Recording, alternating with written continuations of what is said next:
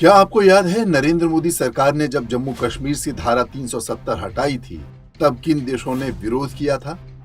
कुछ गिने चुने देश, जिनमें से एक था तुर्की, एकमात्र यूरोपीय देश जिसे जम्मू कश्मीर को भारत का अंग मानने में समस्या थी। तुर्की में पिछले दिनों भूकंप आया तो भारत वहां सबसे पहले सहायता पहुंचाने वाला देश बना। कई लोगों ने इस मानवतावादी नीति पर आपत्ति भी जताई कि जो देश हमारे आंतरिक विषयों में हस्तक्षेप करता है, हम संकट में उसकी सहायता भला क्यों करें? लेकिन वास्तव में कहानी केवल इतनी ही नहीं है। बीते 2 वर्ष में भारत ने आर्मेनिया और साइप्रस जैसे देशों को भारी मात्रा में हथियार बेचे हैं। इनमें मिसाइल और अन्य हथियार सम्मिलित हैं। और हाल ही में प्रधानमंत्री नरेंद्र मोदी ग्रीस की यात्रा पर भी गए थे।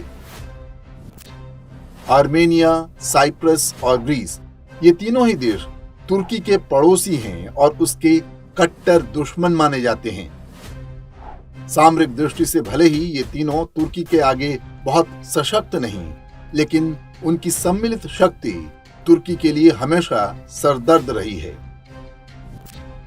आर्मेनिया, ग्रीस और साइप्रस तीनों ही ऑर्थोडॉक्स क्रिश्चियन देश हैं। कम लोग जानते हैं कि इस्लाम में शिया, सुन्नी, अहमदिया की तरह ईसाई मजहब भी मुख्य रूप से 3 हिस्सों में बटा हुआ है। प्रोटेस्टेंट ईसाई, इन्हें व्हाइट एंग्लो सैक्सन प्रोटेस्टेंट यानी वेस्प भी कहते हैं, कैथोलिक ईसाई और ऑर्थोडॉक्स ईसाई। ये सभी आपस में भी कई जातिनुमा समुदायों में बटे हुए हैं। ये सारे एक दूसरे से अत्यधिक घृणा करते हैं। इनमें ऑर्थोडॉक्स ईसाई ही एकमात्र हैं जो मजहबी रूप से अधिक सहिष्णु हैं। वे प्रोटेस्टेंट या कैथोलिक की तरह दूसरों का धर्मांतरण नहीं कराते। वर्ष 2022 में आर्मेनिया और एक अन्य पड़ोसी अजरबैजान के बीच युद्ध हुआ था। अजरबैजान इस्लामी देश है, इसलिए टर्की ने उसकी खुलकर सहायता की थी, जबकि अमेरिका और यूरोप के प्रोटेस्टेंट और कैथोलिक देशों ने आर्मेनिया को अकेला छोड़ दिया था।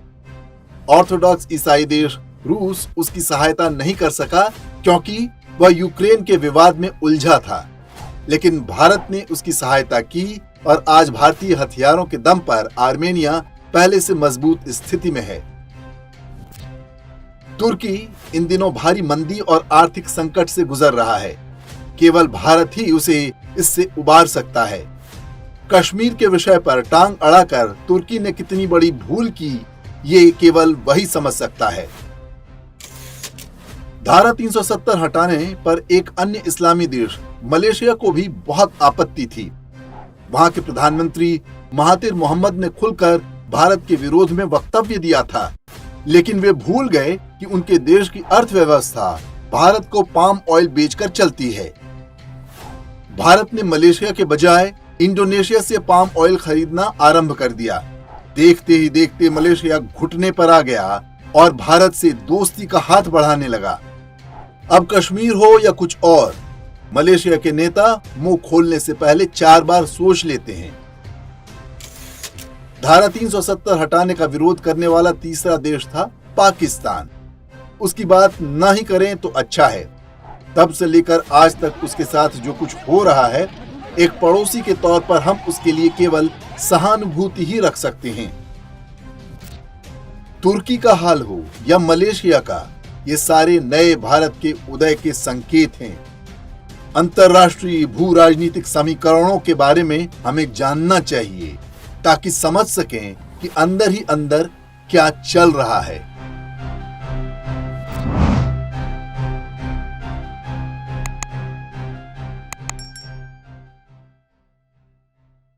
इंडेक्स ऑनलाइन के वीडियो समाज को समर्पित हैं। आप इनको डाउनलोड करके जैसे चाहे वैसे प्रयोग कर सकते हैं। चाहे तो आप हमारे टेलीग्राम चैनल से जुड़ सकते हैं। वहां सारे नए पुराने वीडियो आपको मिल जाएंगे। हमारे सोशल मीडिया लिंक हर वीडियो के डिस्क्रिप्शन में होते हैं। हमारा एकमात्र उद्देश्य हिंदू समाज को जागृत और एकजुट करना है। इसमें सहभागी बने। धन्यवाद।